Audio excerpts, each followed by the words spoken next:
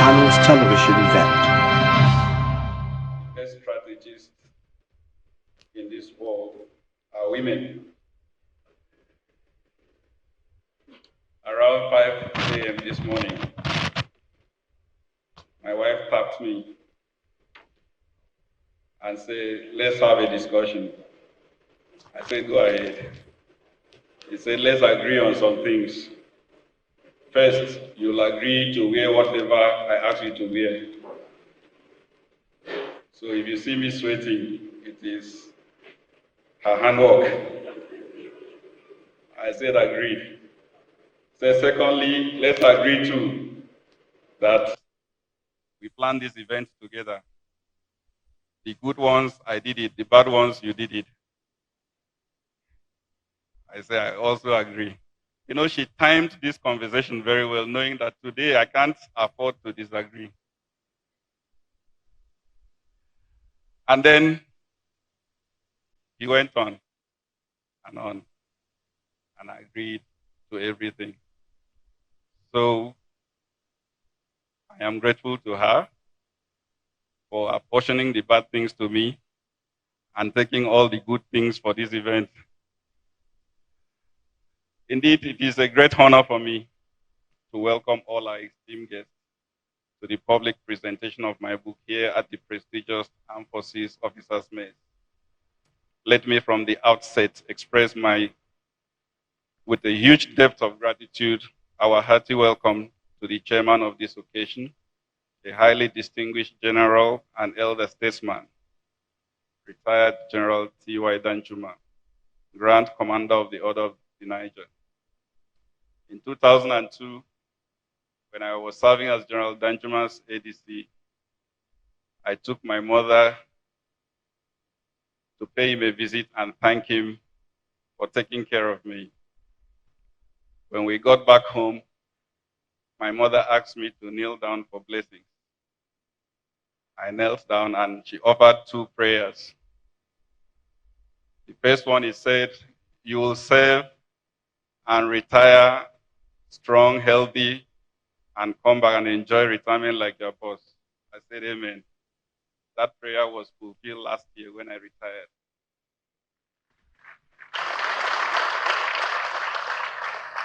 The second and last prayer, she said, in retirement, you will be as successful as General Danjuma. I said, Mommy, calm down. I said that prayer point will require 3 lifetimes. Just pray 100 as successful as General Danjuma. Indeed, in our country today, there is no general that is as accomplished in his military career, in business, in philanthropy, in international network than General T.Y. Danjuma.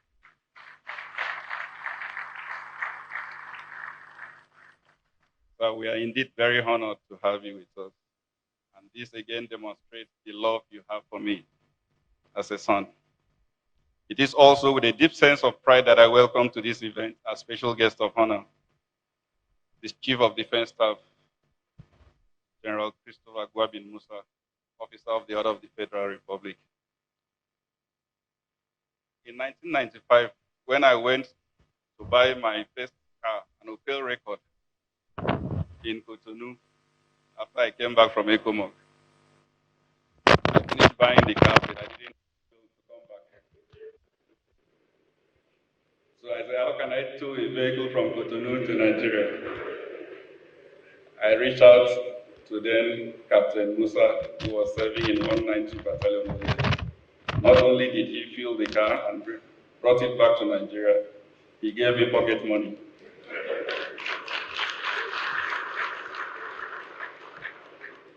I consider it a huge privilege to call you my brother, with a strong bond of friendship forged during our military career years.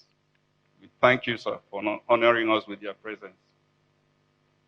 May I, in a very special way, welcome to this occasion a distinguished guest, the Chief of Army Staff, Lieutenant General Taurid Lakwaja, here represented by the Chief of Civil Military Affairs, Major General Nosa Ugbo. You're welcome, sir. General Lakwaja, as a colonel, succeeded me at the U.S. Army War College, inherited the house I stayed a year before he arrived, and also won Fort Windstar.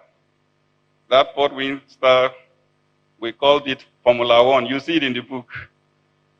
The car, before you even started, it has started smoking.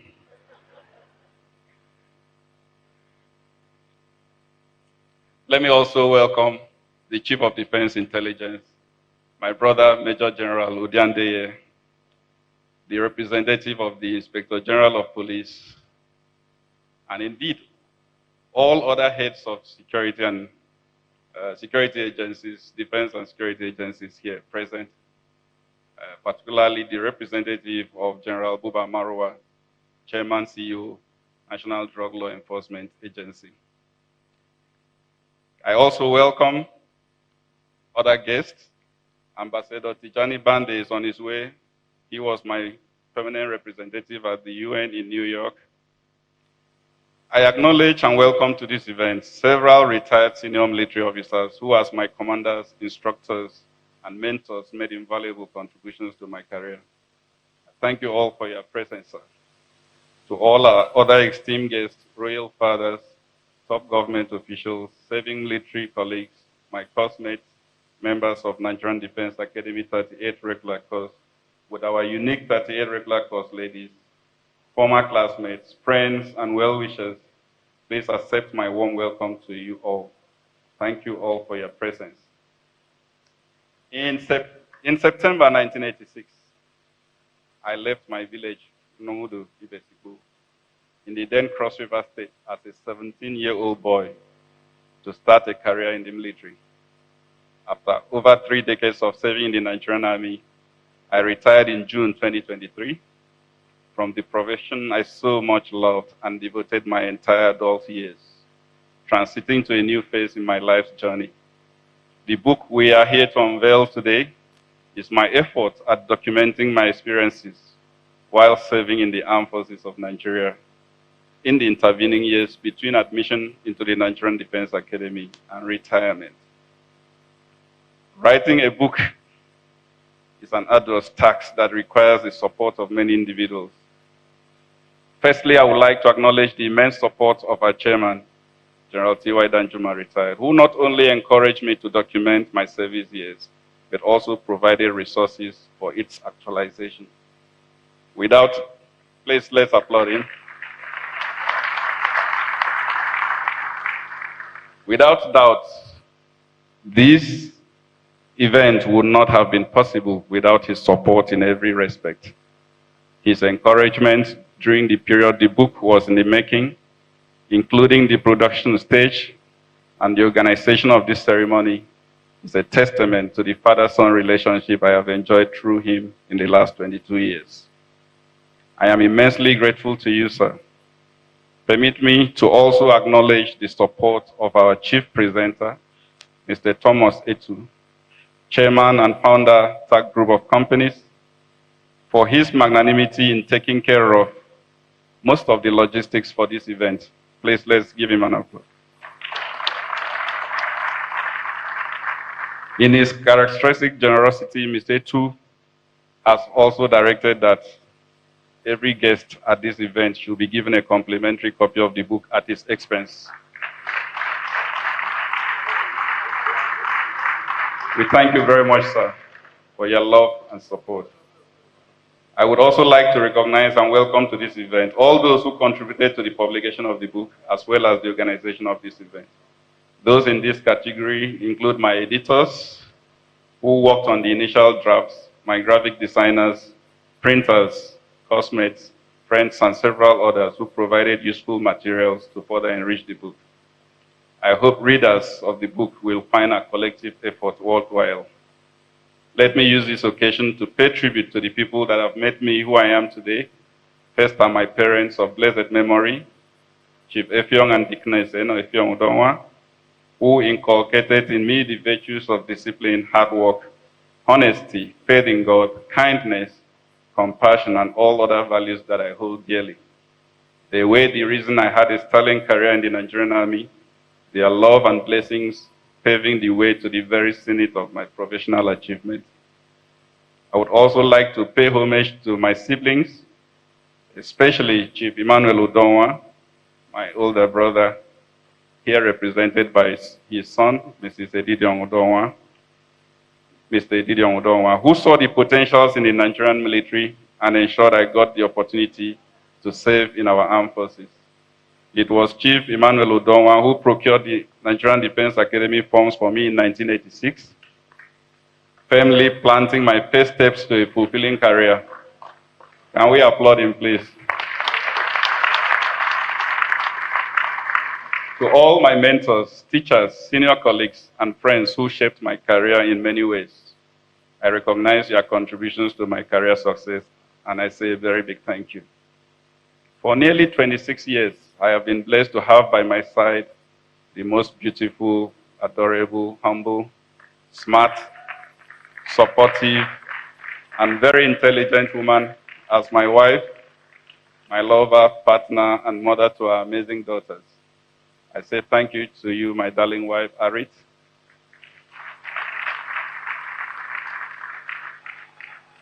for complimenting me in so many ways.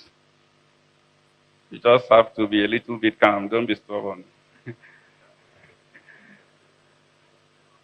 You are indeed a major player in this success story. Arit and I are blessed with three beautiful daughters, Mpon and Ubong. We are indeed proud to call them our children. I thank them for their love and support, even when military duties sometimes denied them the assurance of my presence.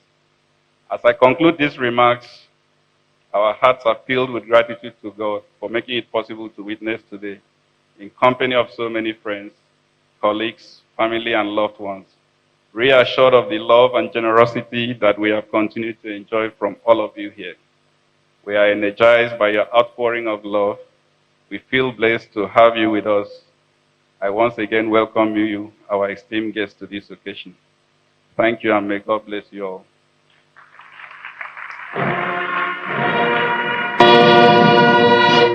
Before I take my seat, let me still thank our chairman once again. You know, if I stand here to recount every detail of the magnanimity and generosity I have benefited from our respected general, it will take the whole day. General Danjuma, when I wanted to buy a house in 2005, provided more than half the money to pay for that house here in Abuja.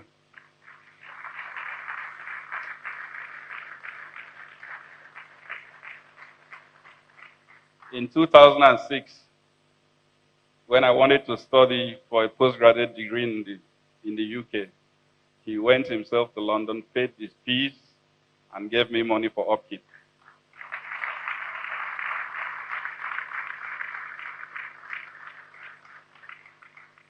When our retirement came last year, he was one of the first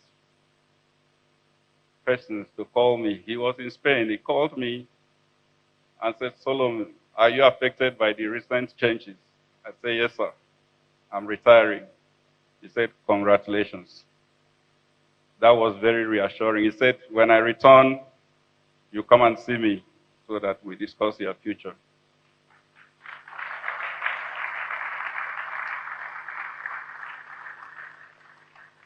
And when he came back, I went to Lagos to see him. I asked him, but how did you feel on your retirement date? He said, I rejoiced. I was very happy and excited. And that's how you should be too. He said, when I come to Abuja, we'll discuss your future. But I have one advice for you. You have just come out of one prison. Don't be in a hurry to enter another. Today, I can say that I am working with the highly respected general, and all my needs in retirement are met through him.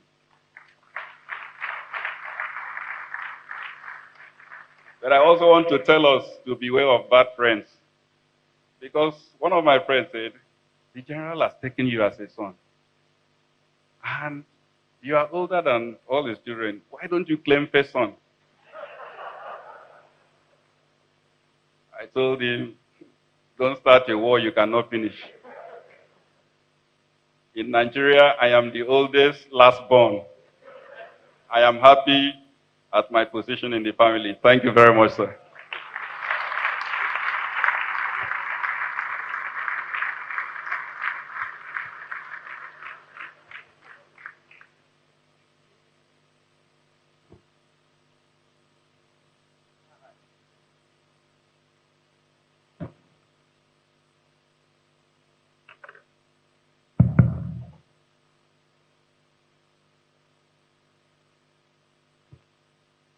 Can I please call for another round of resounding applause for the chairman of this occasion, please?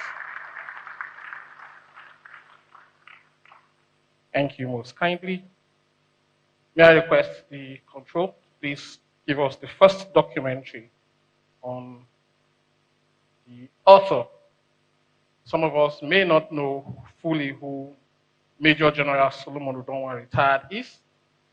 This short documentary will give us a snippet into the personality of Major General Solomon Udonwa and the book we're here to unveil. Control the documentary, please.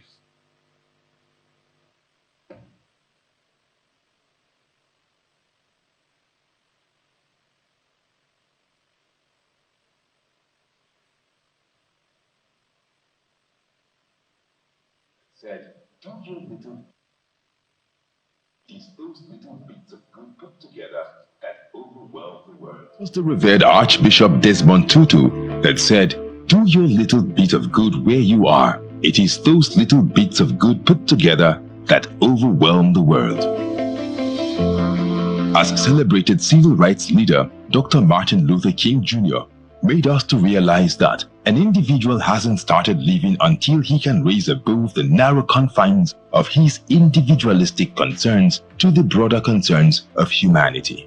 In response to these words of wisdom from the two iconic leaders, and true to his belief in extending kindness to all, Major General Solomon Udonwa, with his wife Arit and their three beautiful daughters, conceived the idea of establishing a charitable foundation to help the vulnerable in our society.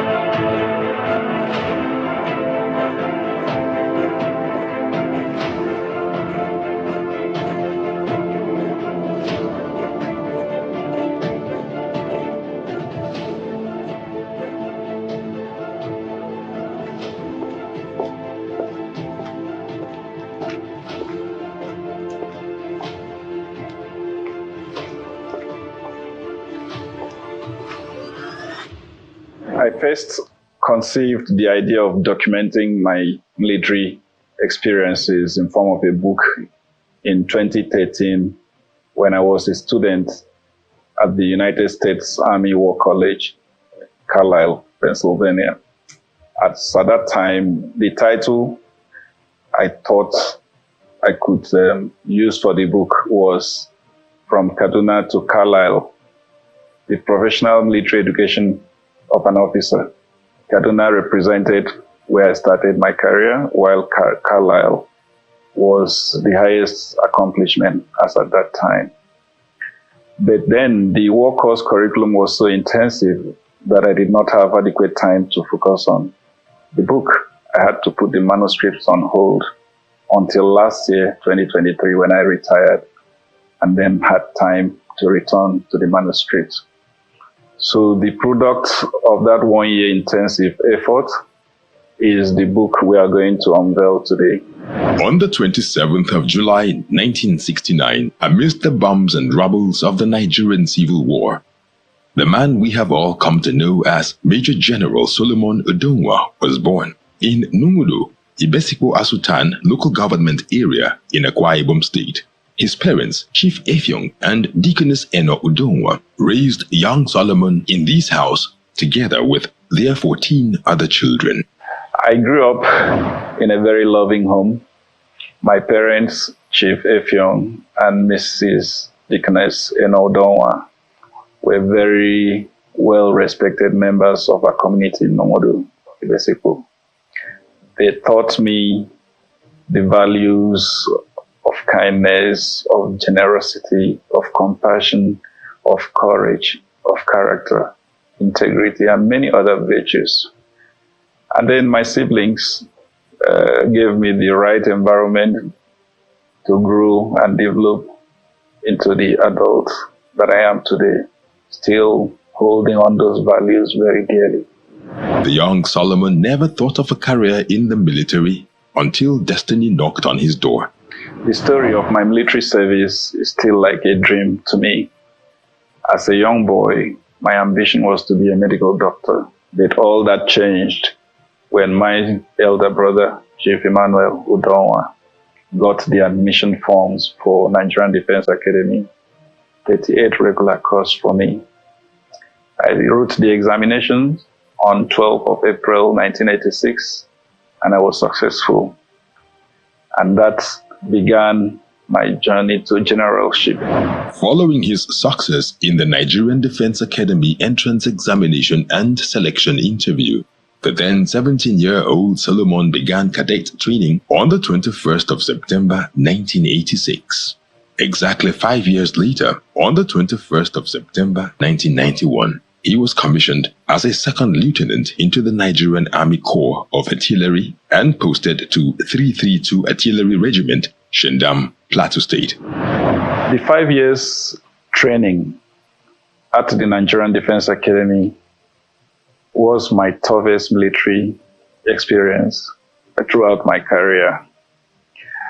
But without doubt, it laid the foundation for all the career achievements I was able to accomplish. And as a young officer, after my commissioning in 1991, I found myself in 332 Artillery Regiment, Shendam. Very well-suited unit to train young officers in regimentation, in gunnery, in all sorts of artillery duties. And I was lucky to have non-commissioned officers well-grounded in all of these aspects of artillery duties who prepared me for the career ahead of me. General Udonwa, from these humble beginnings, would go on to serve in different formations and units both within and outside Nigeria. He recalls with nostalgia his participation in ECOMOG operations in Liberia as a young subaltern. After my commissioning, my deployment as part of ECOMOG forces to Liberia was my first combat experience. During the 30 months that I spent in that operation, I learned invaluable lessons on the conduct of military operations from the perspectives of the armed forces of Nigeria. I learned particularly the employment of artillery in warfare and was a witness, first-hand witness, to the challenges of logistics in sustaining operations, the challenges of force generation, challenges of command and control, and of course the importance of training to mission accomplishment. In August 1995, then Lieutenant Udonwa returned to Nigeria from Liberia and was posted to the 31 Artillery Brigade, Mina, Niger State. 31 Artillery Brigade, Mina, exposed me to many senior professional military officers who became lifelong mentors and guardians throughout my career. More importantly, it was in Mina that I met my wife, Arit, and we got married in December 1998. Together, we are blessed with 3 adorable daughters, Mfon and Obong, who have grown to be responsible adults in the society today. From Mina, General Udonwa went on to serve in other locations such as Kwantagora, Owerri, Abeokuta, Kachia, Kaduna, among several other places. In the course of his sterling career, General Udonwa garnered enormous experience which impacted positively on Nigeria's national security and, indeed, the search for global peace. The experiences from all the appointments I held during my career enriched my professional life in many profound ways. In particular, I want to recall the period I served as aide-de-camp or ADC to General Danjuma, who was then the Minister of Defense. Between 2001 and 2003, shaped my career working closely with this legendary general and elder statesman brought me very close to understanding the workings of the higher defense management of our country, how the Ministry of Defense operated together with the services in defending our territorial integrity and the sovereignty of our nation. My life, both professionally and personally, changed after my coming in contact with the referred general and has not remained the same. Not only has he taken me as his son, he has remained a mentor and guardian, both in service and even now in retirement. General Udonwa served in the Nigerian Army as a commissioned officer for 32 years, holding several high-profile appointments in the course of his meritorious career.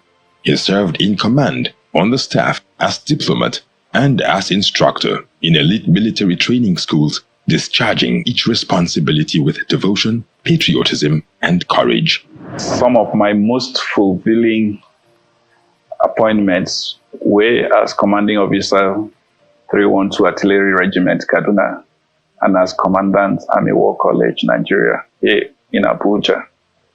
These two appointments brought me close to my officers and soldiers.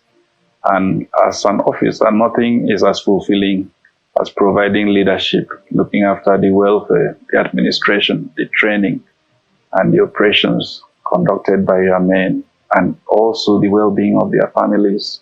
Nothing could be more satisfying than showing leadership when in command. Apart from these two appointments, I was also privileged to serve as personal aide to 3 consecutive chiefs of army staff. First, Lieutenant General Ejrika, who brought me to army headquarters as his military assistant, and later elevated me to the post of principal staff officer. When he was succeeded by General Minima retained me as his principal staff officer and later elevated me to chief of staff. I also worked with General Buratai for a month before I left army headquarters. And later in my career, I was also impacted while serving under General Lucky Irabo as Chief of Defense Staff. As his Chief of Defense Training and Operations, I enjoyed his guidance, his leadership in accomplishing the operational goals of the Armed Forces of Nigeria. The totality of these experiences enriched my career in many ways. General Udonwa's other notable appointments include Defense Advisor, Permanent Mission of Nigeria to the United Nations, Deputy Chief of Policy and Plans at Army Headquarters, and Chief of Special Services and Programs, Nigerian Army. His last appointment before retirement was as Chief of Training and Operations at the Defense Headquarters.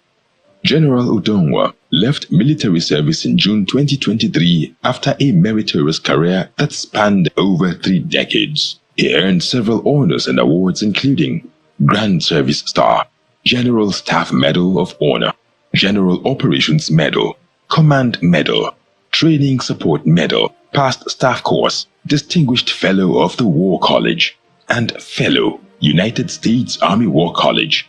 He is a holder of Masters of Law degree from the University of Westminster, London, Masters in Strategic Studies from the United States Army War College, Masters in Defense Studies from National University, Bangladesh, and alumni of the Harvard Kennedy School, USA. I am grateful to Almighty God for His protection and for seeing me to the very top of my career.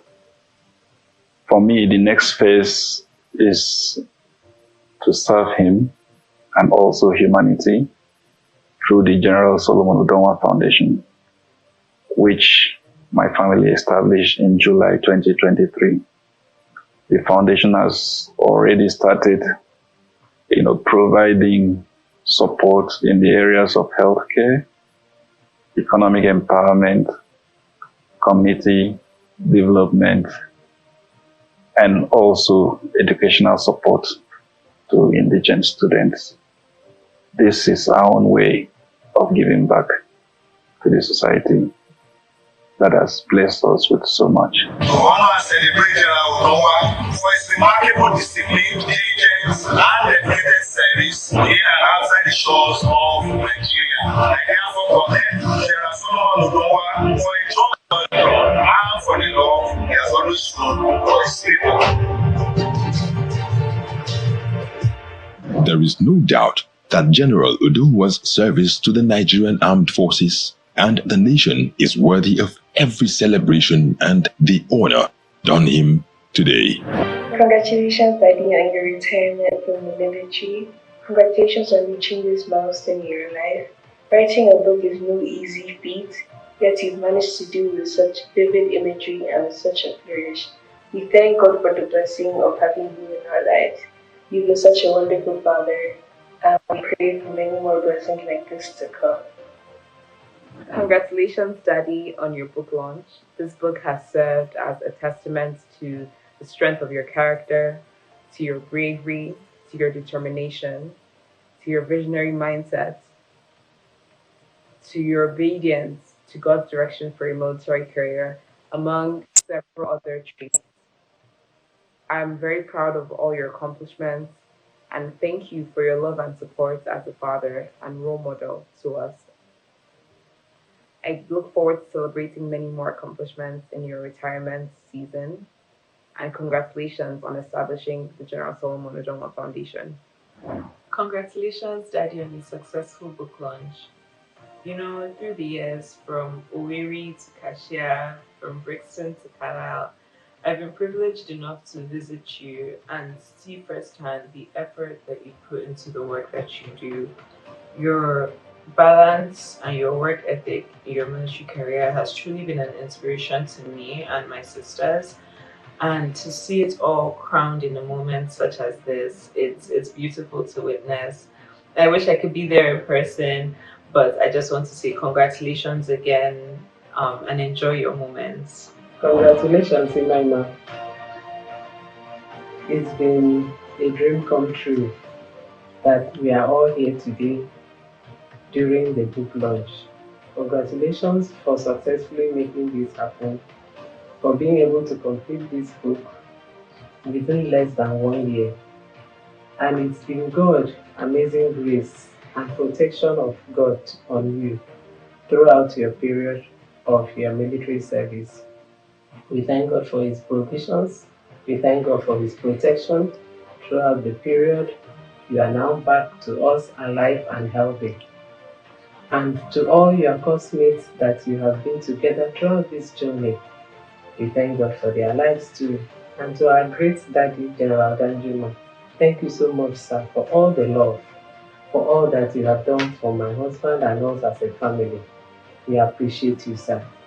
And to all the people that have found time to come and identify with us during this book launch, we pray that God will be with you and be with you during the time of your celebration.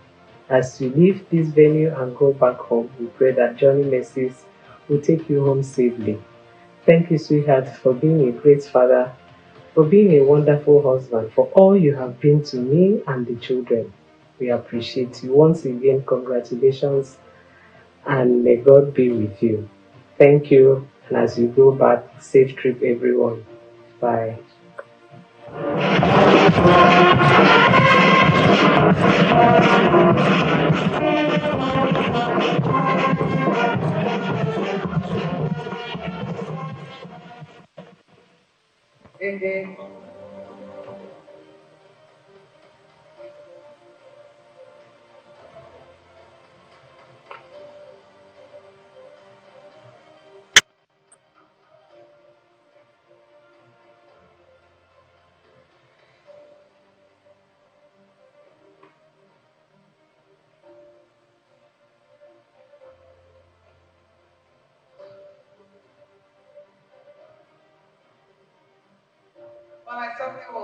to let them know, as a production person, that indeed the end credits are always very important. But once again, a round of applause for that lovely, put together, very well put together documentary, showcasing the life and times of Major General Udonwa, retired.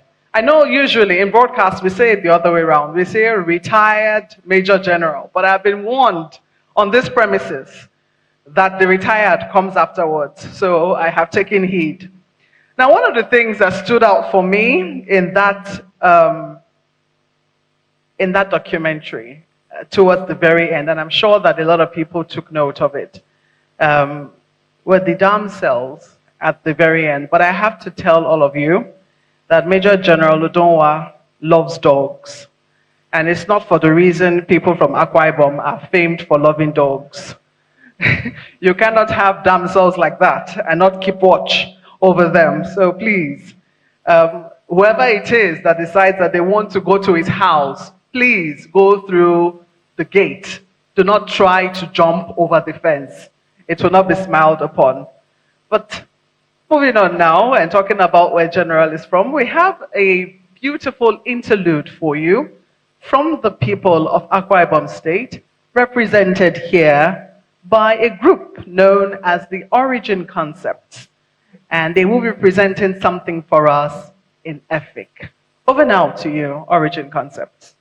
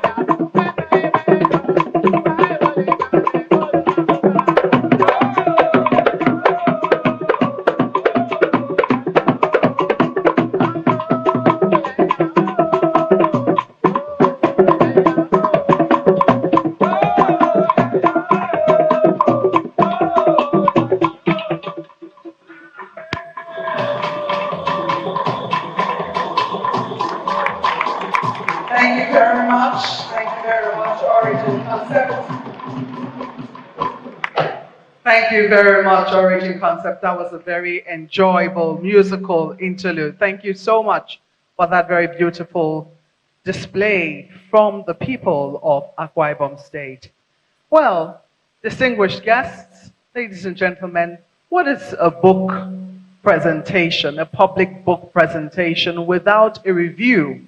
Well, we're moving on to that very segment now, and we have this morning for us to do this a very distinguished professor, Professor Oke Ikechukwu MNI, is a professor of strategic management and human capital development and a visiting professor of social and management sciences.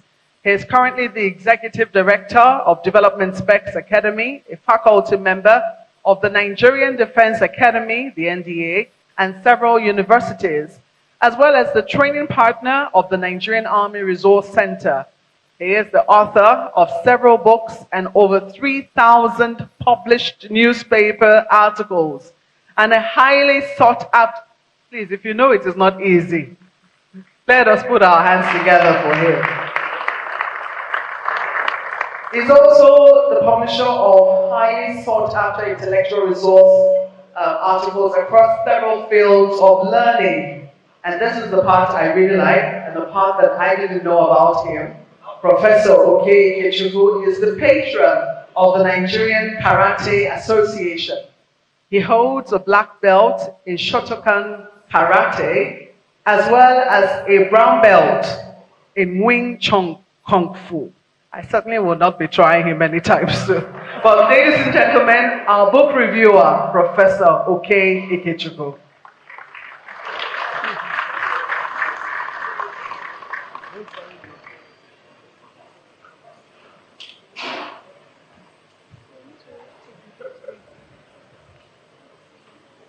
Good morning, ladies and gentlemen. Mr. Chairman, I crave your indulgence to stand on the already established protocols. But I have a slight concern, sir. With Major General Udonwa's comments and the documentary, my question is, what do you need a book review for? So I'm suggesting we step down the review.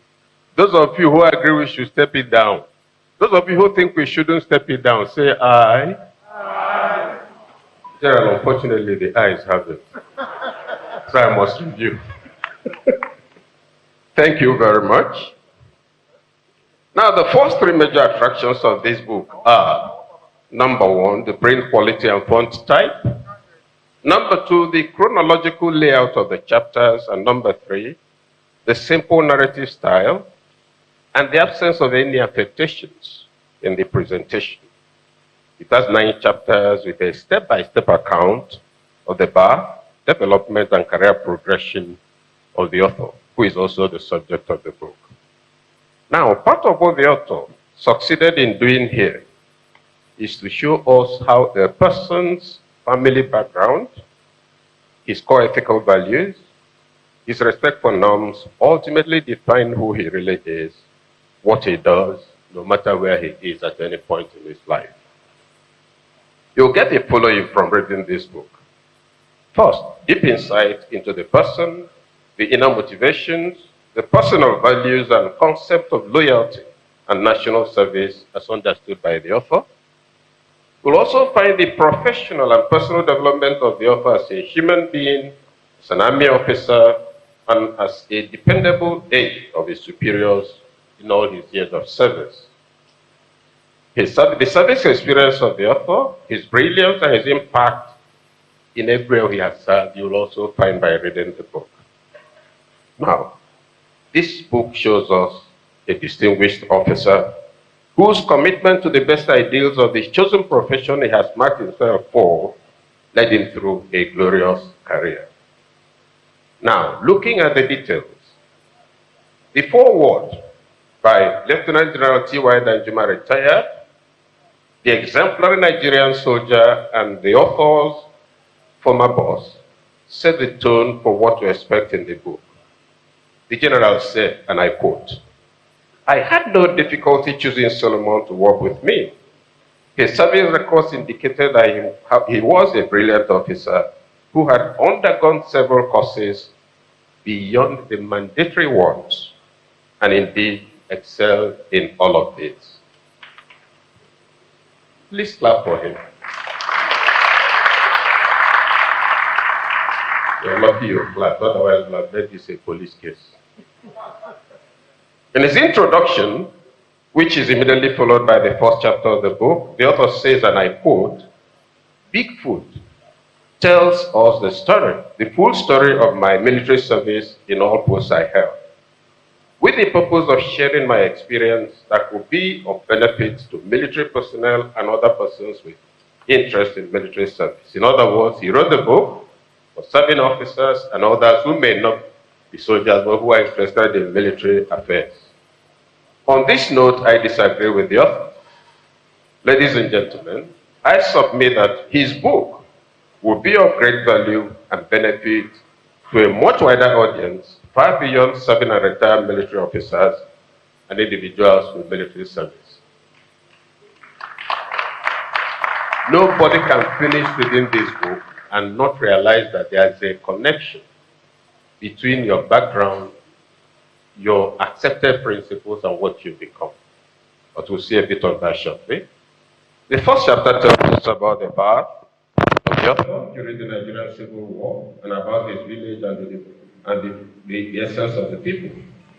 It showcases the influence of his father, who was nicknamed Atara Abong, I hope I got it correct, which means a tree that stands out among others. And how the young Solomon found strong points of moral and courage in this man's unshakable faith. You find that what he became later as a senior officer in command positions, you can eventually trace to the history of that background at that stage in his life. So, the author's mother was also described as a mother from heaven. Her faith in God and So many other things about her were also stabilizing beacons for him in his life.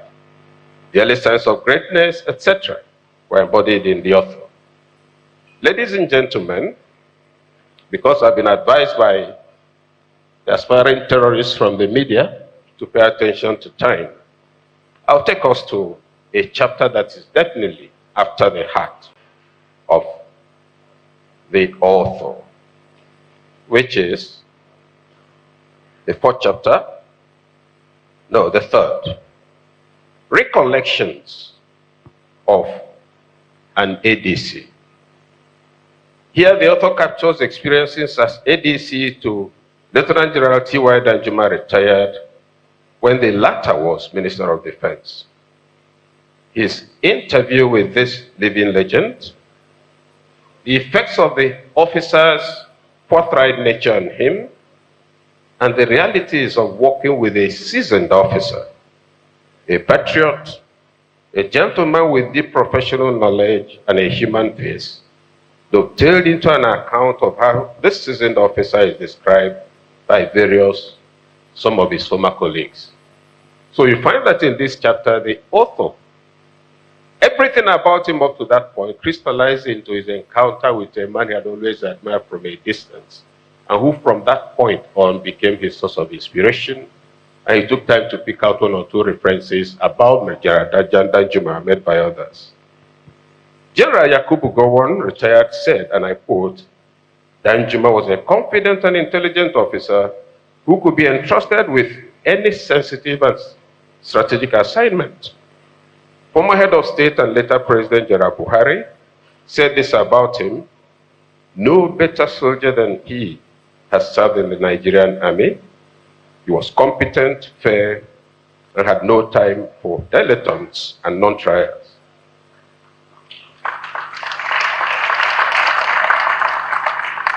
General Babangida, on his part, said that General Danjuma is a man of excellence who does not accommodate mediocrity.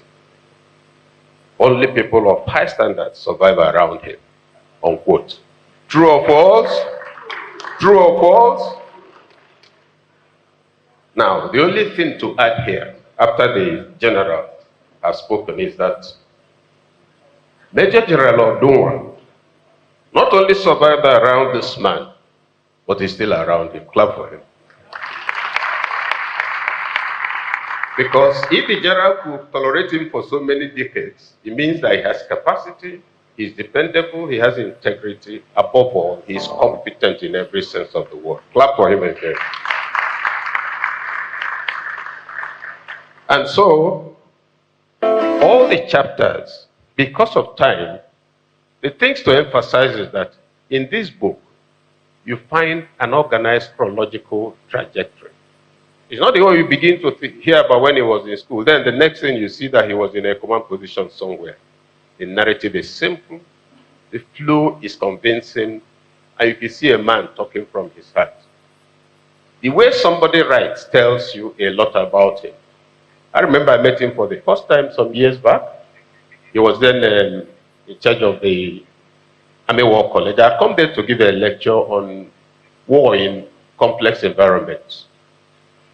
And we finished. He had just taken over command. Your colleague was talking to me. I said, "Who is this your new commandant?" He said, "Oh, he's so and so." "Why do you ask?" So he's a decent man. That was my initial and lasting impression.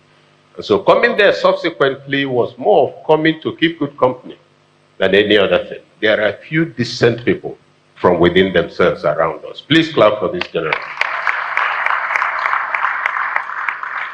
And so the details of the book, of course, you will get by reading. They're all here, but this, we are live, and you know the implication of that per hour. And the whole point of writing a book is that somebody has to read it. If everything is said about it, there will be no need for it. And my concern is not even about whether you read it or not, but for us to realize that copies of this book should be made available to those who need it. Young people who want to get to the top of the mountain without realizing that you climb to get to the top. Young people who will see serving generals and say they are enjoying without realizing what they went through from NBA through many places, some of them managing to survive. This book is needed by a generation in a hurry. A generation that looks at medals, not what happened before the medals. So, General, you've written a book. The next task is to get it across to people. If you like, create small competitions for young people. Read the book, okay, come together. Whoever can summarize so chapter best gets this prize. This book has to go out.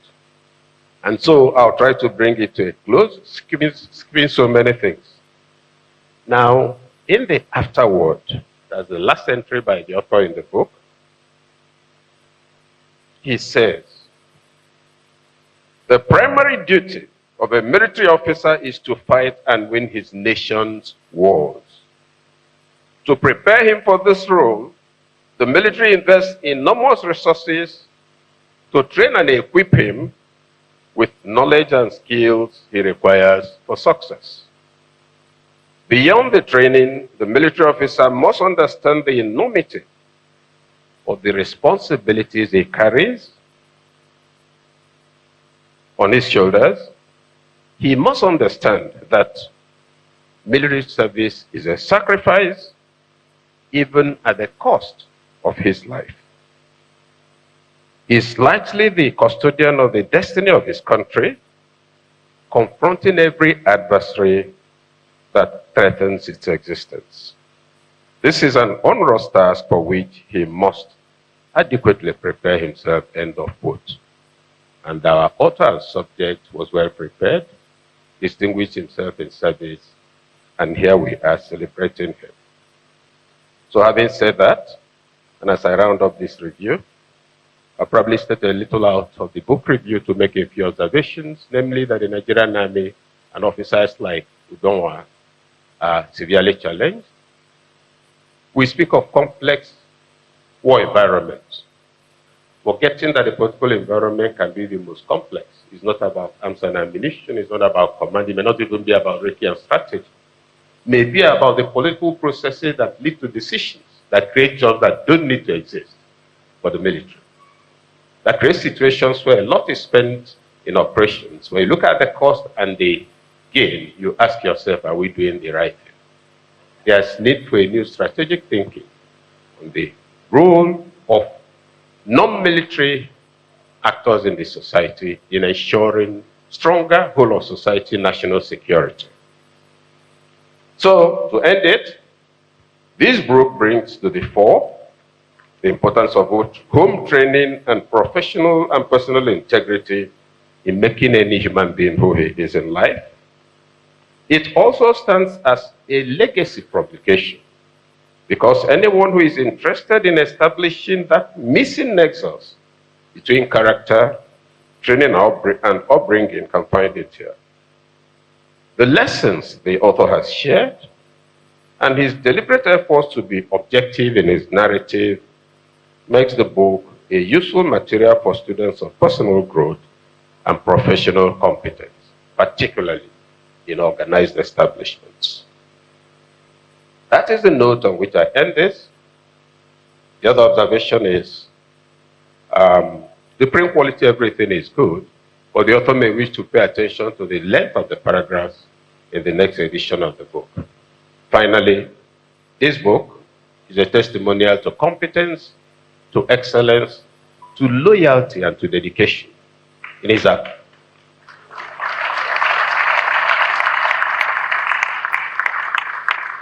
You will not find in it any thoughts or regrets about the profession he chose consciously. Not everyone is in a profession consciously and deliberately. I see a retired and retiring officer who is fulfilled, but who in addition had taken the extra step, which is intervening in his own society. And I end on this note. Let us look around us all over the world. Let us know that the leadership cadre of most nations that are doing well are individuals that have a background in either the military or the security service. True or false?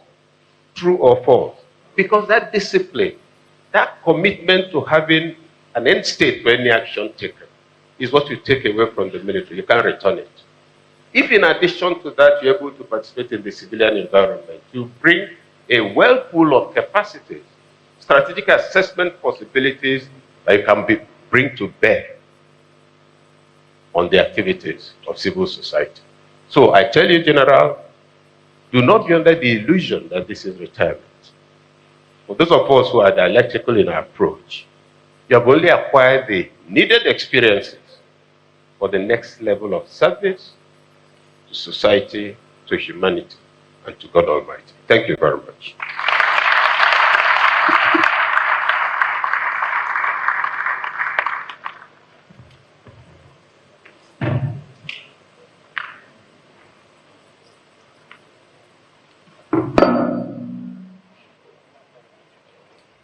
I will please appreciate Professor Oke Ichiku once again. Professor Oke Ichiku, MNI.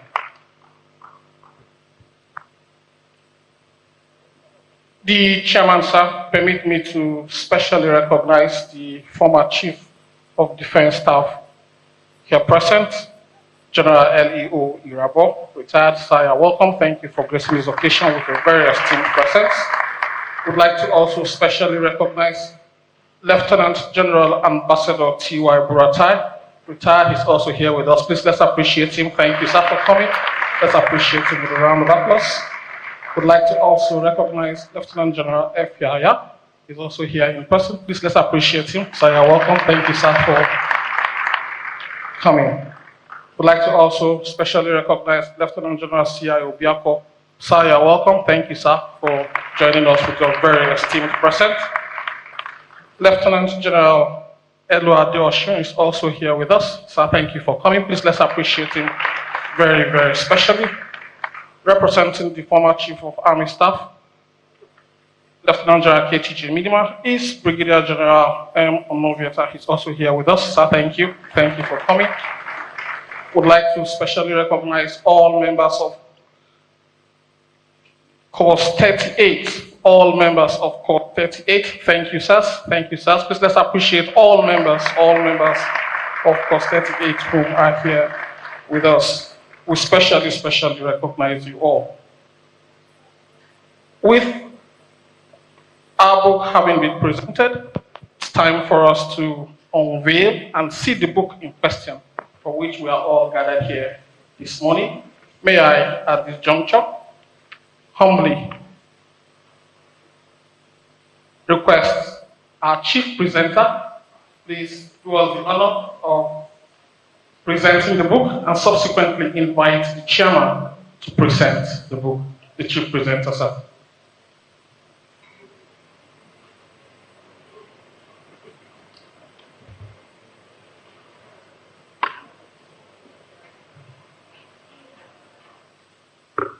Thank you very much. I ask the chairman for permission to stand on the existing project. The book reviewer have done a lot of justice for this book, but I would like to make a bit presentation of the Big Boot. Big Boot is the story of General Solomon childhood, life, early education, and military service. Anyway, let me just say that I was one of the few people after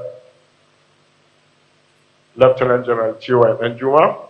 General Solomon prevailed me about 2 months ago with his draft book to read. So just to summarize a bit of it before I present to all of us. While the book is filled with reflection, learning, and testimony of his professional journey as an instructor, commander, administrator, and a diplomat, and a retirement, a non-profit social entrepreneur, what really caught my attention is in chapter 4 of the book, Legacy, 9 months of transformation.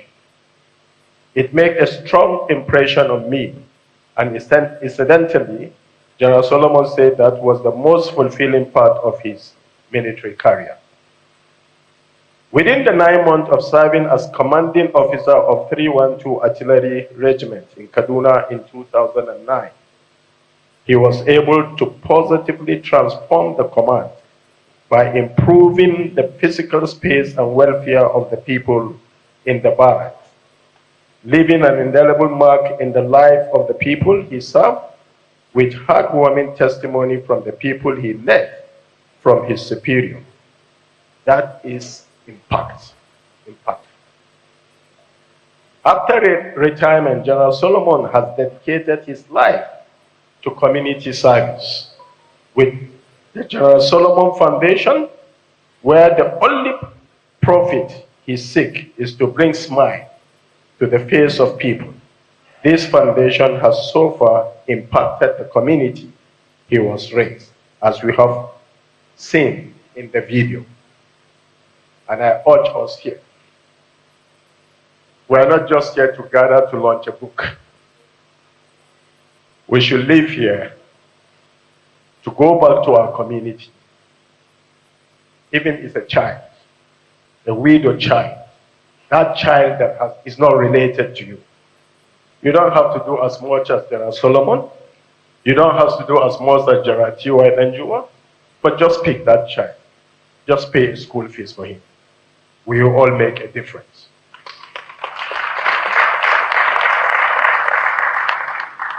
Service to humanity is something I am passionate about.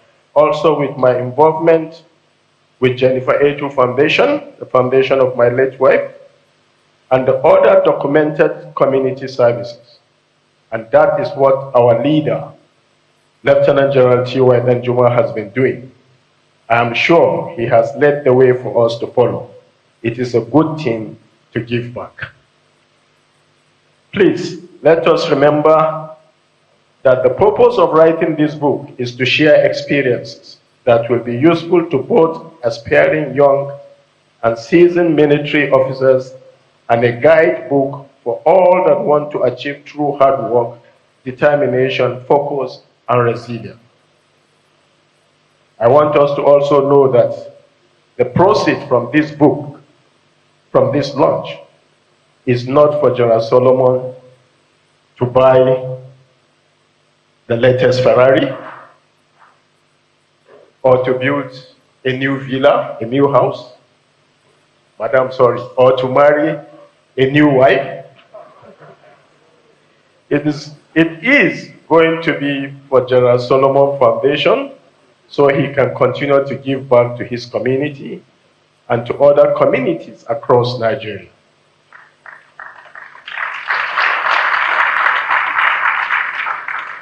As I present this book today, I want to commend to you to pick a copy for yourself and for your children and for your friends, and other copies for the school libraries in our former school, our community, so they can see and learn from General Solomon's record of high performance, dedication to work, selfless service to his country and to humanity. Let's support this dream of an officer and a gentleman that has given and is still wanting to continue to give back to a country he loves so dearly.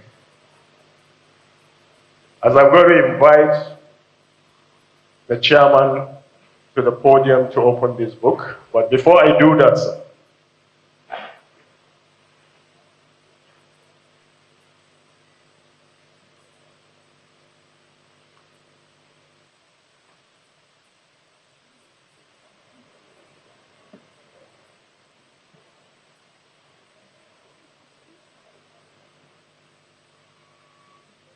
I want to appeal. General Solomon didn't ask me. Like I said to you, he didn't need the money to buy a new car. He didn't need the money to buy a house. He has already have a house, as we have heard from him, since 2006. And he doesn't need the money to marry a new wife. We've seen his beautiful wife. But he needs the money to support his foundation, to touch life to community, to do more for the community. As I saw by my right side, General Butrai, a soldier, a gentleman, an ambassador, a diplomat, a very kind-hearted person. I've seen what you have done in view. You are also following the footsteps of our father here, General Danjuma. There are so many generals here. I could see General Dirabo, General Yaya is here. So at least you start by touching back to your community. We know we have a lot of army children's schools, secondary school, primary school, universities are there, and other civilian school. I don't want you to leave this room just buying a copy. I want you to leave this room by sharing a copy. Like the book reviewer said, if you write a book and keep it on the shelf without reading, we're not here to encourage General Solomon. Before I present the book, I will like to say in each local government, 774 local government in this country, I will present 2 books.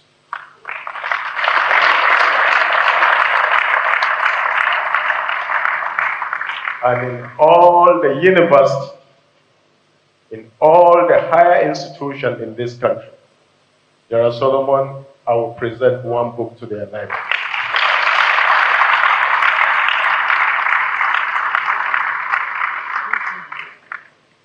So on behalf of Jennifer A2 Foundation, they will also take 100 books to support the work of your foundation, Solomon Foundation.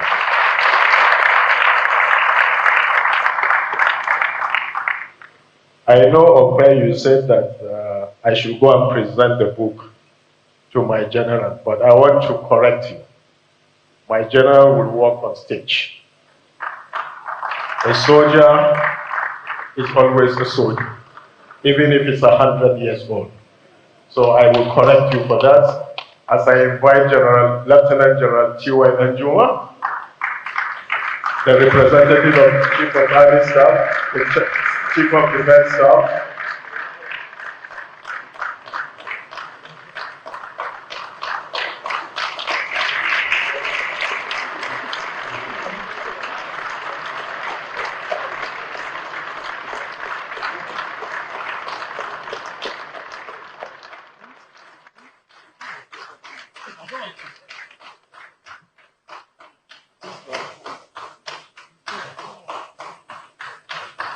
Thank you.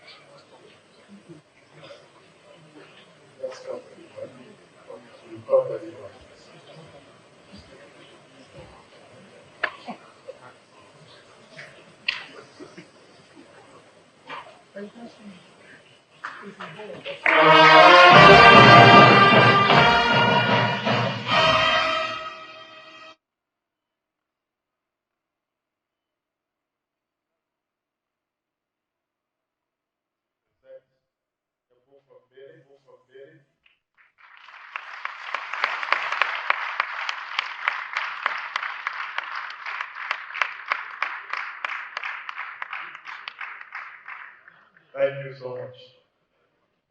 I'm going back to life and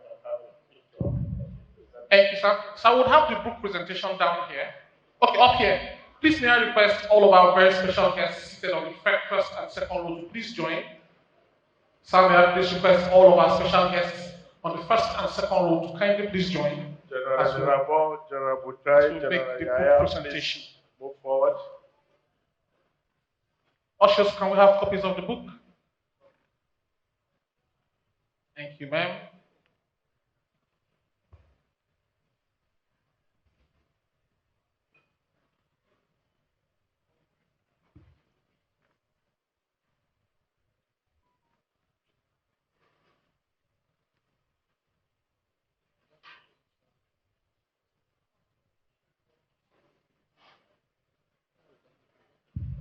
We need more copies, more copies, more copies, please. The representative of the Inspector General of Police is also here.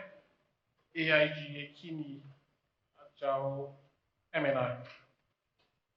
Okay, so cameraman, let's have one very good shot for this book presentation.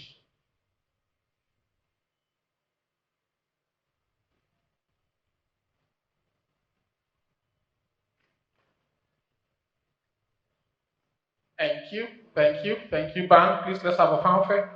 Thank you. Thank you, sir.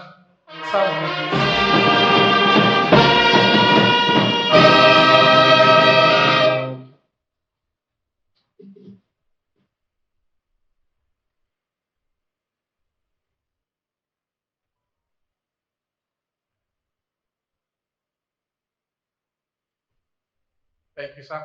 Our guests will please take your seat, sir.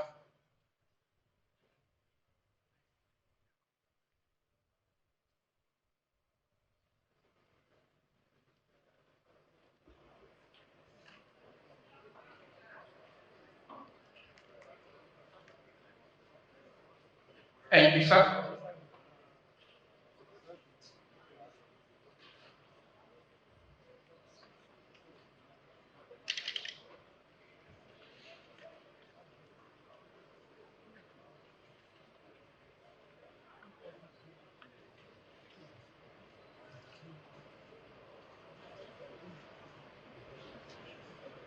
Yes, sir.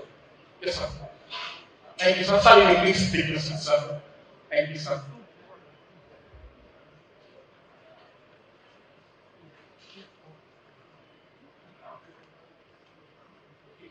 Okay, sir. Sir, would bridge our program, sir, to allow the chairman make his very remarks for this occasion. Let's clear this.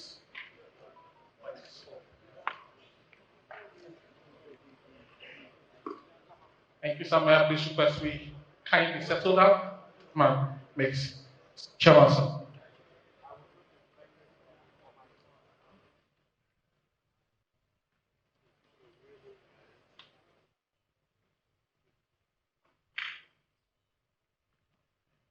The Chief of Defense Staff,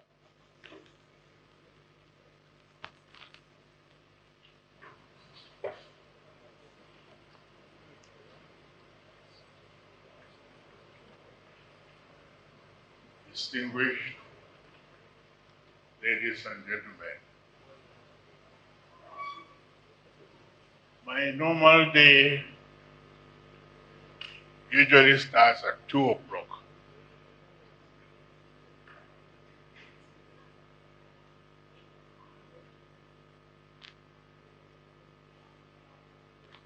I spend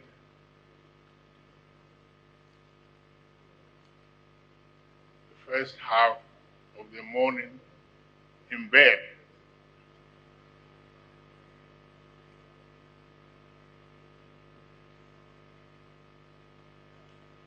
But today,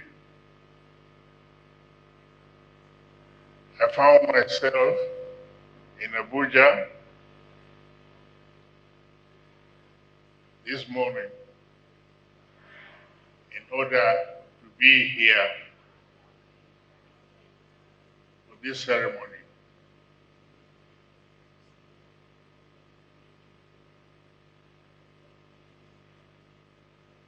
I am very, very happy to be here.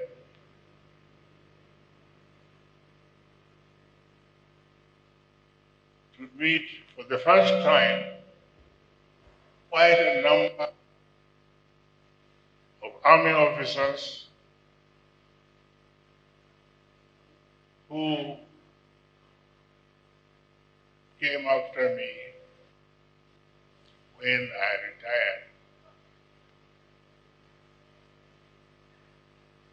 Some of them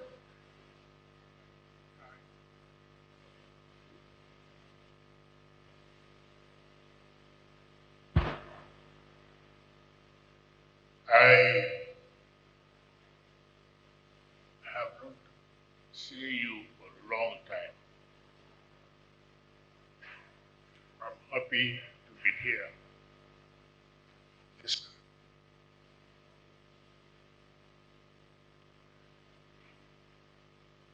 Which also gives me the opportunity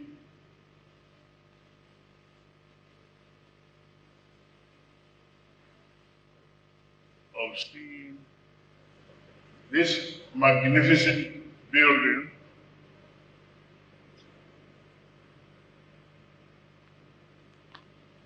that you all have constructed for armed forces officers and men.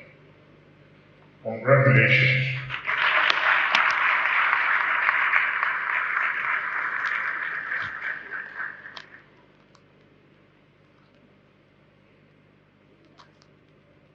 I was a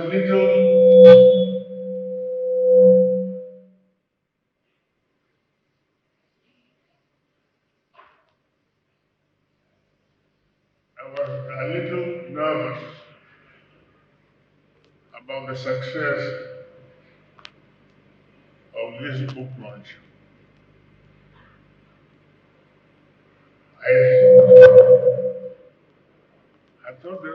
I thought Solomon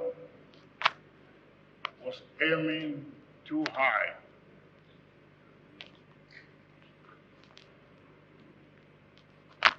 Expecting so many of his colleagues to attend this ceremony.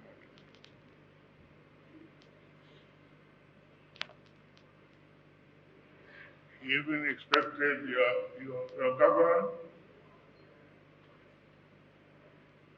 and some other political leaders associated with him to be here.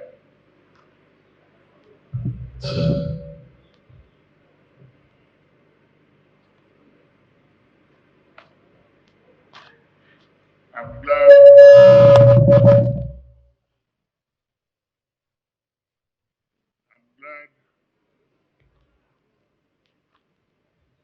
that almost all the military colleagues that he invited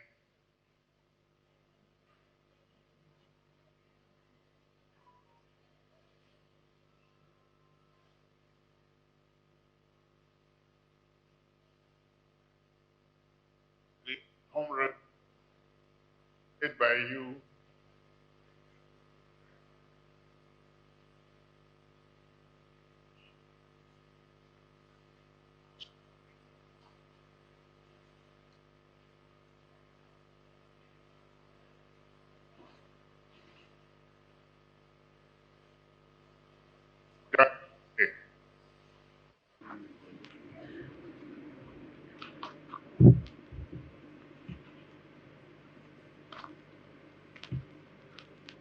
Solomon did an excellent job.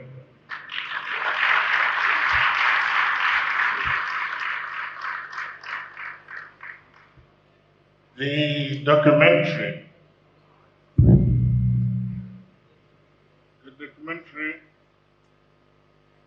was professional.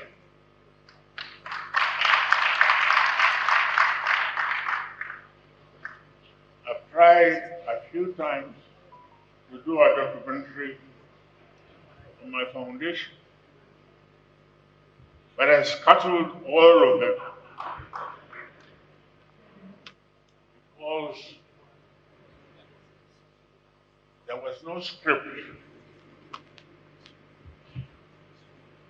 written to have a continuous story, as you have done in your own case. I've learned something from you today.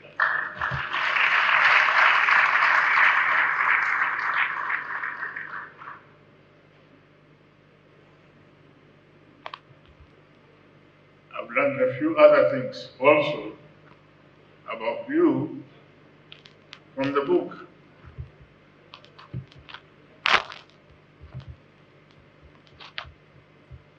And I'm very happy that it's still with me. So I'll continue to learn from you. Thank you very much, sir.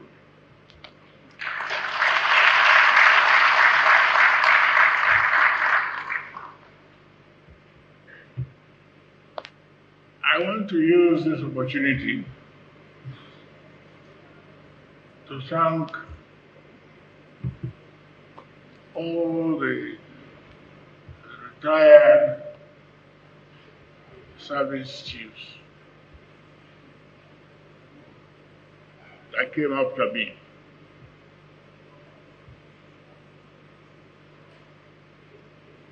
For one very good thing you have done for us, which I think you all are benefiting from.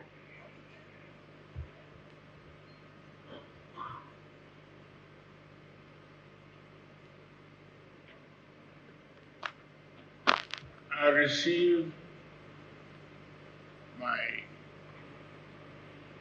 pensions regularly, on time.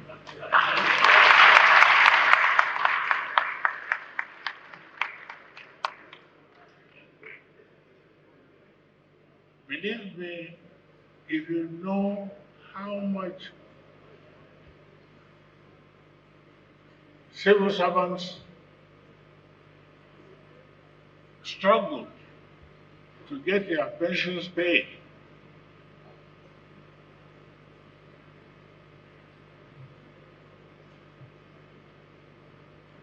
you will understand what I'm trying to say if you are retired.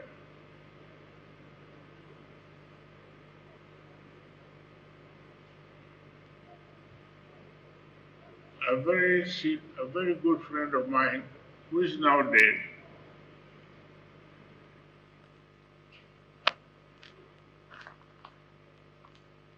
retired as a permanent secretary, federal permanent secretary.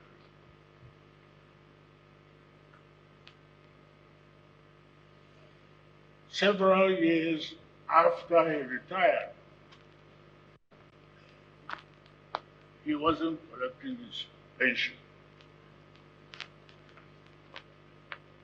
And when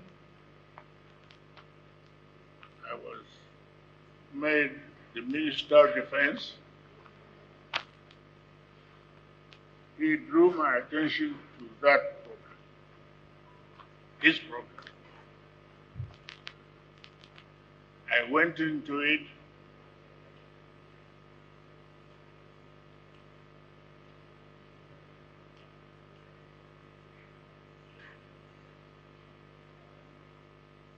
And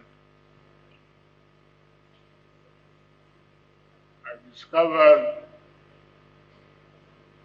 that the corruption governing the management for the payment of pensions and gratuities in the public service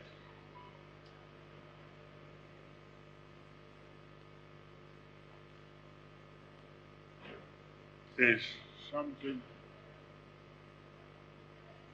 that even I, as a minister, could not fix.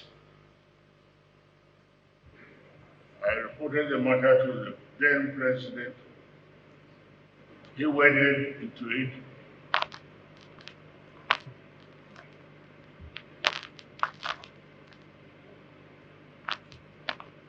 And it was after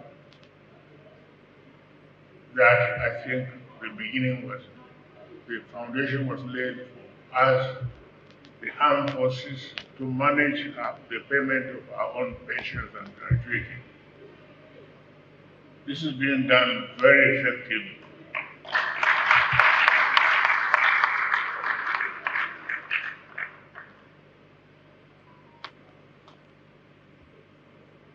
Also, things have changed in our country to the extent that now, for our own personal security,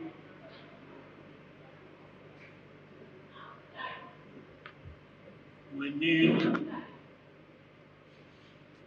the services of our colleagues in the armed forces.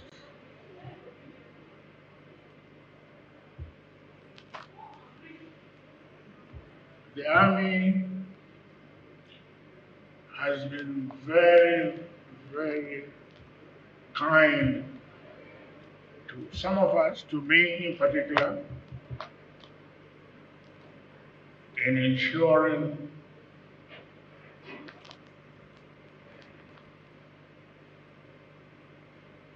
that I have security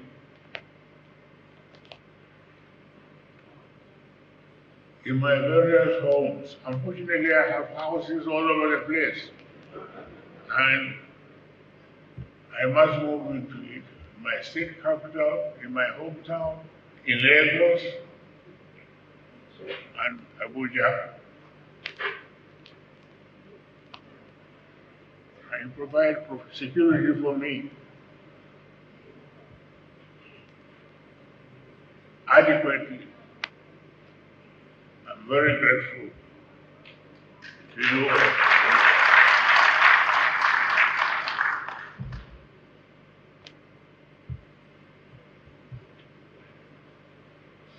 So very well done.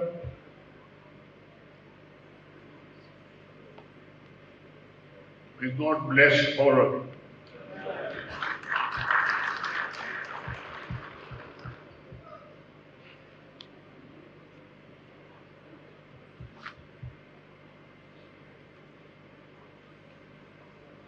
Now,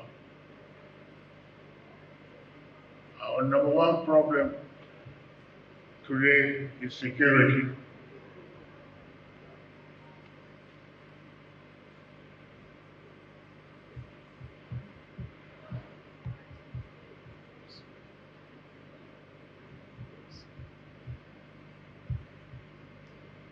We must end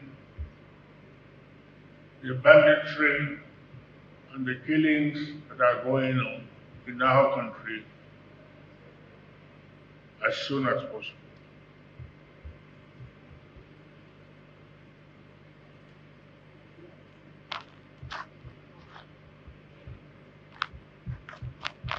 The responsibility are on your shoulders.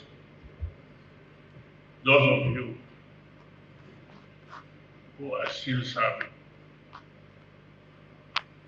No excuses. Absolutely no excuses.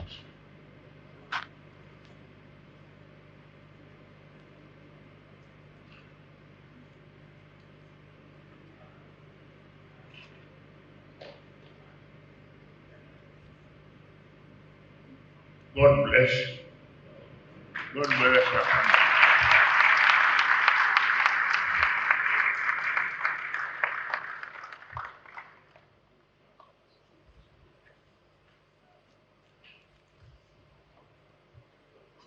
Another round of applause for the chairman.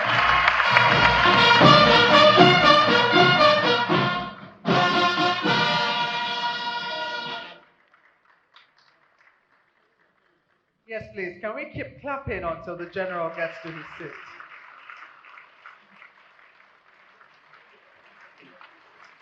Thank you. Thank you, this very distinguished audience. Thank you, Mr. Chairman, sir.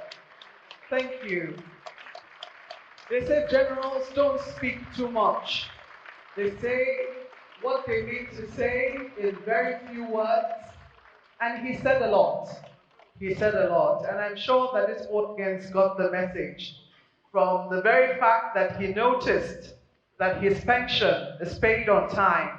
I'm sure that said a lot to the CDS. Some people, I had murmurings in the hall, like, do you mean he notices? Yes, he notices. And that certainly says a lot. General, thank you so much for your very kind words on Major General Ludonwa, and also your very direct instruction saying there are no excuses. We need to bring the war and insecurity in this country to an end. Very little more to say to that. Well, distinguished guests, ladies and gentlemen, we are now at the point where we all have been invited to the launch of this. I mean, of course, after the unveiling, we certainly will have a launch. The podium is getting set for the Chief of Defense Staff, but we're going to be taking it in a very different order. We're going to be starting from the President of 42 Regular Course. He's going to be coming to say something on behalf of members of Regular Course 42 and also take a copy of this book, Big Boots, Lessons Learned from My Military Service. I actually do find the title very interesting. So if the president of 42 Regular Course, is he here? Is the president of 42 Regular Course here? Okay, if he isn't here, we move very swiftly to the president of 41 Regular Course. Is the president of 41 Regular Course here? All I need is a show of hands. No, not here as well. Thank you. President of 40 Regular Course. Is the president of 40 Regular Course here? No, not at all. President of 39 Regular Course. Or would somebody like to do it on their behalf? On behalf of the members of 40 Regular Course. Yes, I see a gentleman standing up. The gentleman officer, please a round of applause for the president of 40 Regular Course as he comes to launch this book on behalf of his colleagues. Oh, it's 39? Oh, please, when you get here and I have said the wrong thing, kindly correct me. Feel free to correct me and proceed as you may. Thank you very much. It's good to see you, sir. I don't know whether to say thank you to that. Very respected chairman of this occasion, my boss, General C.G. Musa, and see other very respected senior officers, special retired officers, former service chiefs. Permit me, sir, to stand on the already established protocol. The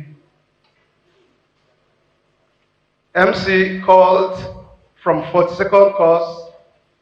They didn't show up until she got to 40th course, and then my coursemates nudged me, sitting beside me, that my course must not go unrepresented. So I had to come to stand here to represent 39 course. To represent 39 course president with Rear Admiral Shetima, who is not here with us this morning. So permit me, before I say anything on behalf of my course, 39 regular course, to just make mention of what brief encounter I was privileged to have. The closest I came to the legendary chairman was sometime, I think, in 1998. I was a captain. I was the MA to the MS. General J.B. Samuel was in MS at the time.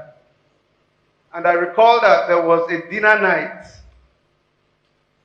that was held in the Command Mess 1 at Marina then. I was privileged to also be at the dinner night. General Danjuma was the guest of honor at that dinner night. And I recall that it was not very well put together, but General Danjuma waited patiently until the moment he had to speak. And when he had the microphone, he did not mince words. He complained or expressed in very strong terms how disappointed he was I remember he also made comments about the meal. He said it was nothing very good. The organization was very poor. And he entered his car and he drove himself that day.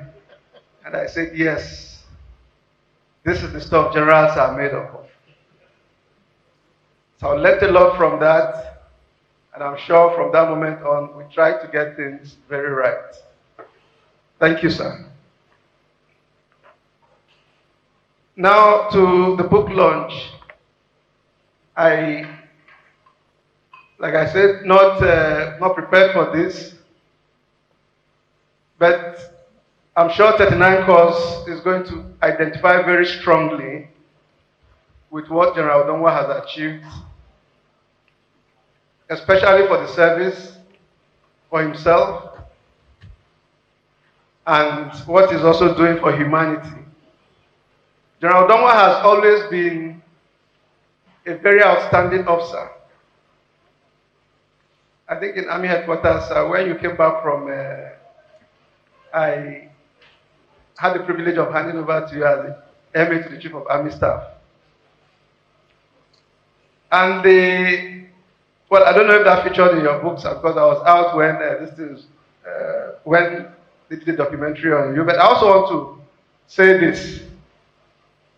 General Danjuma talked about his studies, especially in Carlisle. Something happened. General Danjuma was the Chief of Army Staff. And an officer was nominated to go for that course. I also recall that General Rabah will probably remember this, because he was the Chief of Staff to the Chief of Army Staff at the time. General Danjuma was not on ground. And I think it came to his attention that the best person who merited that vacancy was not nominated. And he called from Lagos and he said, the person who is the right person to go for that course, he had figured out is General Danjuma, then Colonel, and that the change must be done immediately. And I knew we ran around. It took less than 24 hours for his papers to be put together, and he proceeded on that course.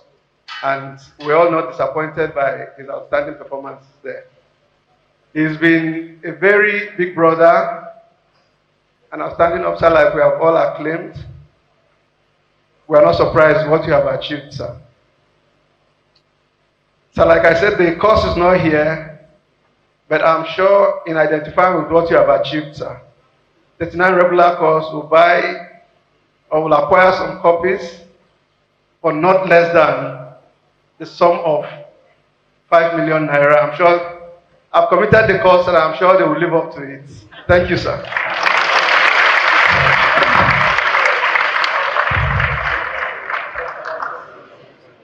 Thank you most kindly. I would request Control to please put up the account details. Control to please put up the account details for the foundation. All proceeds we channeled to the foundation. Control, please, if you have that detail. Let's have the account details of the foundation on screen. All proceeds to be channeled straight to the foundation for the work of the foundation. Let me also mention that this beautiful hall we are seated in was the concept of the former Chief of Defense Staff, General L.E.O. Irabo, who put this very hall together in less than 6 months. Let's appreciate him once again for doing this for the Armed Forces of Nigeria. May I, at this juncture, most humbly request the Chief of Defense Staff, General C.G. Musa, OFR, to kindly please present his goodwill message and thereafter.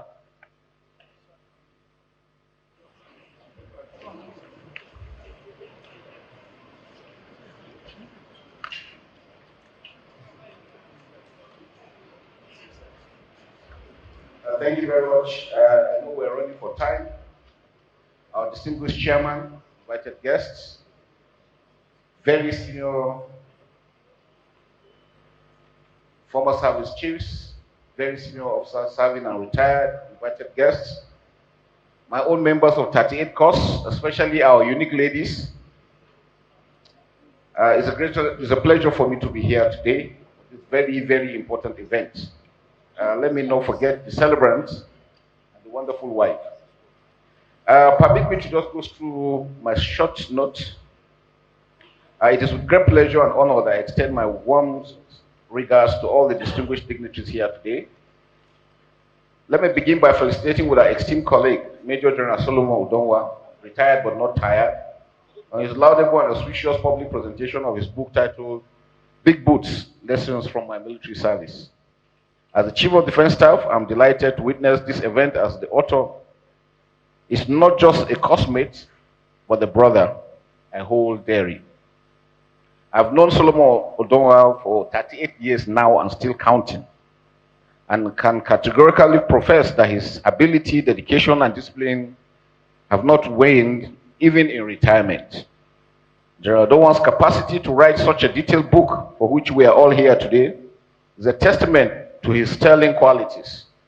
Furthermore, the area of dignitaries here from all walks of life speak to his professional dynamism. This book is a valuable contribution to the preservation of military history and will help in educating the next generation of military officers with practical experiences to draw from. It will also significantly contribute to our national security, while at the same time inspiring and educating much of our society on the roles played by the military in shaping the landscape of our nation and beyond. As a literature, the book will also help our young officers rekindle the culture of reading, writing, and keeping records, which has dwindled of late. Indeed, the lessons captured within these pages are invaluable contribution to our collective understanding of military service, leadership, and duty to our nation. Major General Udonwa's dedication and commitment to our armed forces has undoubtedly left a lasting impact on all those who have had the privilege to serve alongside him. His wisdom and expertise encapsulated in this book will undoubtedly inspire, motivate, and guide future generations of military leaders. I commend your commitment to sharing the untold stories and experiences of your military service to our nation. Please accept our best wishes for the success of your book and the gratitude of the Armed Forces of Nigeria for your contribution to the military community.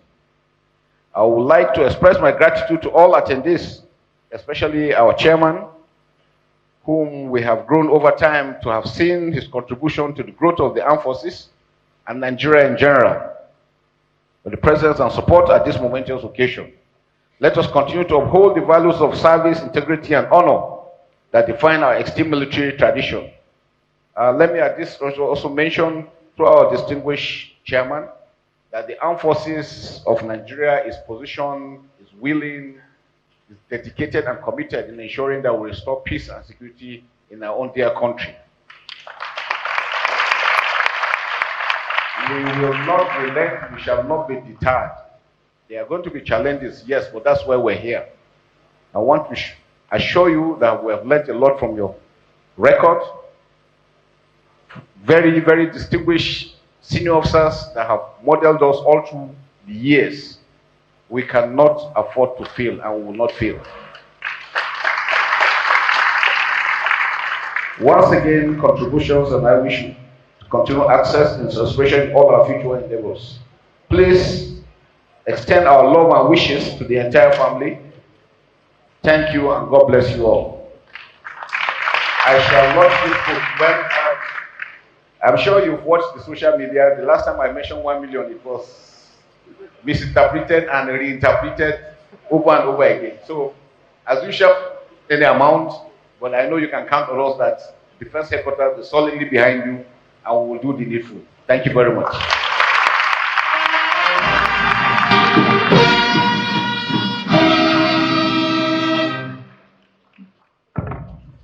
Indeed, we have to thank very solidly the Chief of Defense Staff General CG Musa, beg your pardon, for that very, very short and very concise speech. Thank you so much, sir. Once again, another round of applause for the Chief of Defense Staff.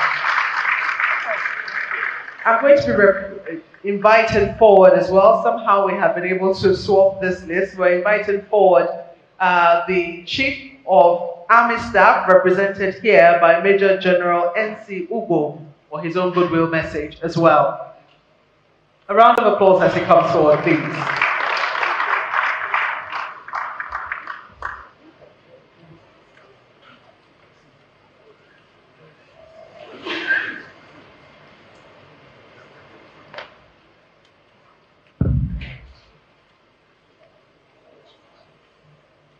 As the MC rightly said, I'm representing the Chief of Army Staff, Lieutenant General Taurid Abiodun Lagbaja, Nigerian Army Medal. So, this goodwill message was written by him, and I will just read it the way it is written. Edora Alice Wenti, born 13th April 1909 and died 23rd July 2001, an American short story writer, novelist, photographer, accurately captured the essence of writing a book as Major General Solomon Udonwan retired did when she stated, and I quote, "Writing a story or a novel is one way of discovering sequence in experience, of stumbling upon cause and effect in the happenings of a writer's own life," unquote. Mr. Chairman, Your Excellencies, senior officers serving and retired, distinguished guests, ladies and gentlemen. When Major General Solomon Efio Udonwan retired, shared the title of his book with me as Big Boots. I for once thought it was one of his jokes to remind me that my appointment as the Chief of Army Staff was the big boot that kicked him and his classmates out of the military profession. They are known for the better part of their lives. But when he presented me with an advanced version of the initial edited copy, I realized he was sharing a unique and eventful life and career experience, a career so impactful that the majority who crossed paths with him can attest to it. His dedication to this book, a reflection of his commitment to his military service, is truly inspiring. I am one of those who had such impactful and memorable encounters with our distinguished author. Aside from our 38 and 39 regular course NDA Tom and Jerry experience, encounters with Major General Udonwan in the field were entirely different ball games. Of the 9 chapters of the book we have come to launch, chapter 5 in particular resonates very well with me, having had the privilege to take over the popular red Ford Windstar SE with plate number Perseverance KCG 3000 and House 739 MacArthur Drive in Kingston Arms Estate in the heart of Cumberland County from him. On my last 2 assignments as General Officer Commanding 1 Division and Chief of Operations Army before becoming the Chief of Army Staff, I equally worked closely with General Udonwan while he was on his last assignment as the Chief of Defense Training and Operations. I believed he made reference to that in the first section of the last chapter of his book. Needless to say, all our encounters were intellectually engaging and professionally rewarding. Many dare dream, but only a few went the extra mile to bet their ambitions. I thank General Danjuma for taking it upon himself to write this book and ending the dream he had had since Catholic. For the few who have had the privilege of reading the advanced copy of the book, you will agree that it is captivating and highly relevant to our shared experiences. I encourage everyone to pick a copy and read it. One thing I can assure you is that you will pick it up a second and possibly a third time to read it again. I congratulate Major General Solomon Effiong Danjuma retired for fulfilling another of his noble ideas and aspirations. I wish him and his marketing team a highly successful and record-breaking sales. Mr. Chairman, Your Excellencies, distinguished ladies and gentlemen, thank you for your time and attention. That is the speech or goodwill message of the Chief of Army Staff, Lieutenant General Tarid Lagbaja, Nigerian Army. Thank you, sir.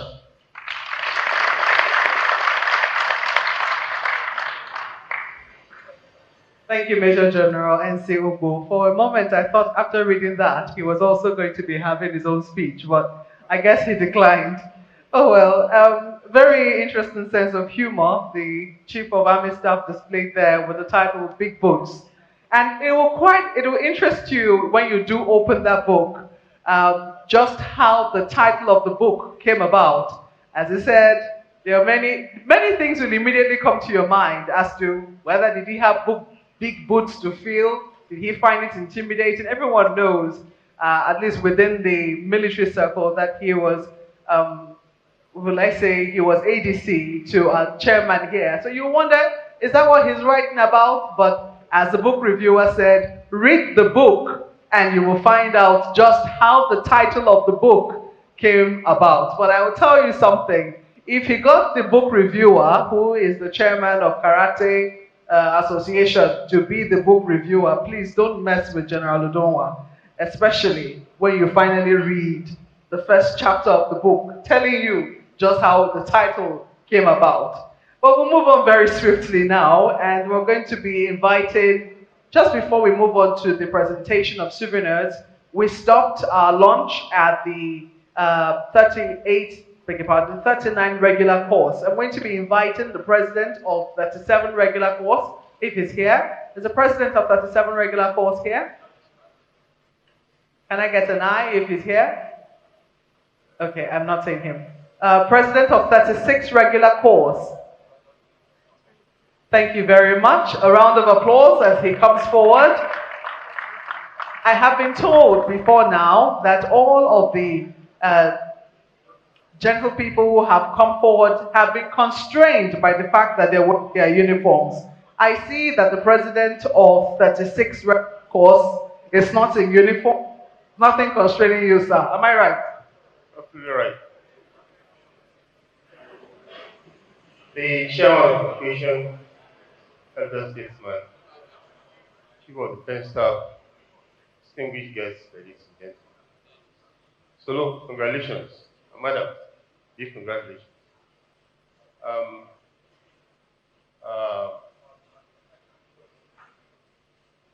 The invitation extended did not include coming to lunch.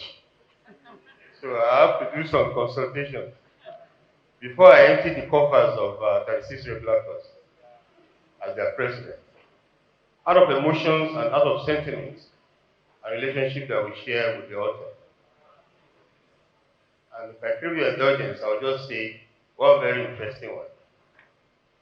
When Lieutenant General Kenneth Minima was appointed Chief of Army Staff, Solomon was the principal officer to the outgoing chief of army staff. And I had the privilege of being appointed the chief of staff, and for the very first time in the history of Nigerian Army, sir, we have the chief of staff for the chief of army staff.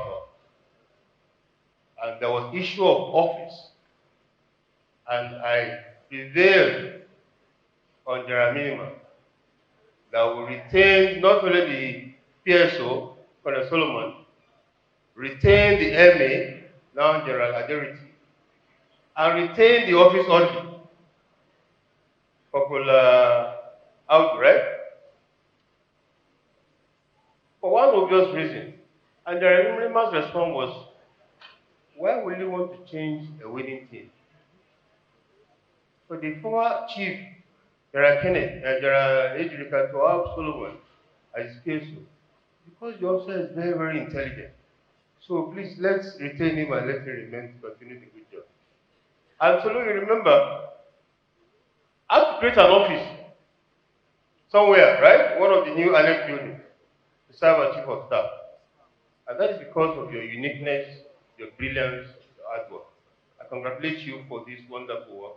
I know we shared the manuscript together. And on behalf of my sister, I want to make a very handsome contribution.